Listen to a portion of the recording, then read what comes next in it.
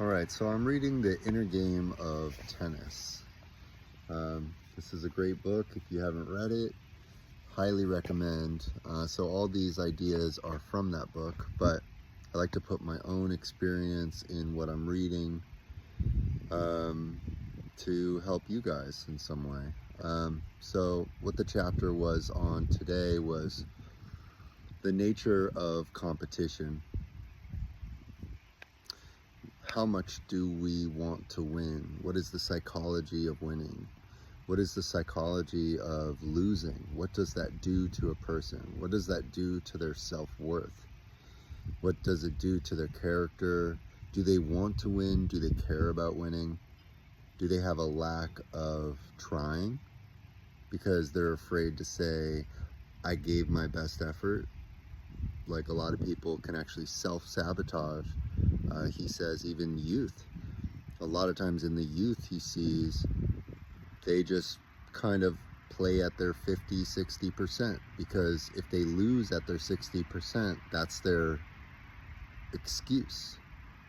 They say, well, I wasn't really trying, so the loss doesn't matter. So we play all kinds of mental games to avoid the self-worth issues from losing. In my own tennis, I started, once the competition got bigger, I started to run into the issue of anger, and I started to feel extreme anger when I was losing. Extreme rage, like it just would bubble up, it would get me fiery. I'd start not thinking correctly, start dumping more balls into the net, hitting them wide. Like it would totally tank my gameplay because I was so determined and furious. And how can this person across from me be beating me? And I compare them physically, I compare them age-wise, I'd be comparing their potential level. Maybe I think they're lower than me. And there was a very important chapter here which helps you disintegrate these feelings. And that key mental switch is that you are not there to beat this person. You are there to create a set of obstacles that makes it difficult for the other person to overcome. And their job is to give you a set of obstacles for you to overcome. Now, if you overcome these said obstacles, it is nothing about beating another person. It's actually quite personal to yourself. It's, can you overcome these set of obstacles for the results, yes, of winning? But did this person unlock the highest potential of you? Did this person put a set series of challenges in your life that unlocked the highest version of your tennis play? Did it create highlights? Did it create these just incredible rallies? Did you have a 25 hit rally? Did you have a 30 hit rally?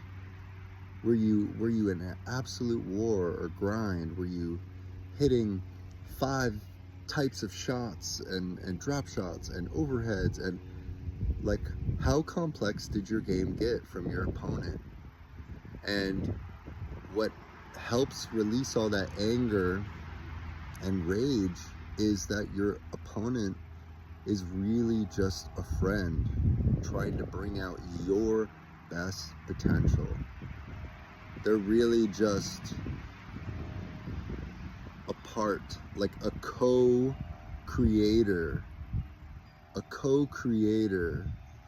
to your highest potential, a co-creator to the best tennis you could possibly do. He compares it to a surfer riding a wave. The surfer is under no illusion that he can beat Mother Nature into his submission. He's in no disillusion that he can wrestle a wave. But he is after the obstacle of the best wave he can possibly ride, the biggest wave he could possibly ride. to unlock this series of flows and motion, and to create the best version of the surfer he is. So I found this super helpful. Let me know what you guys think in the comment section. And yeah, I'll keep sharing from this book. Go buy it. The Inner Game of Tennis. See you around.